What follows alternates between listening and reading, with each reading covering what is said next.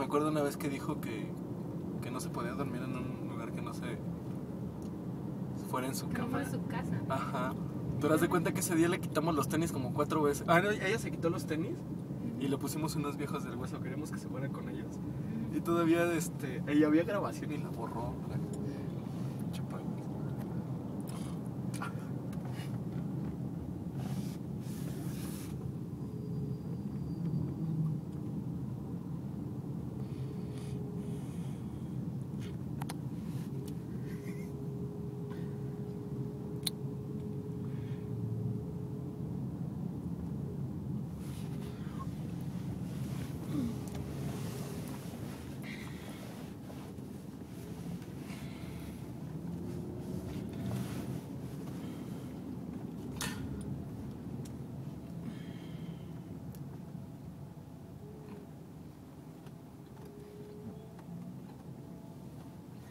Ay, ya me aburrí, güey. Te va a abrir la boca. Vale, vale.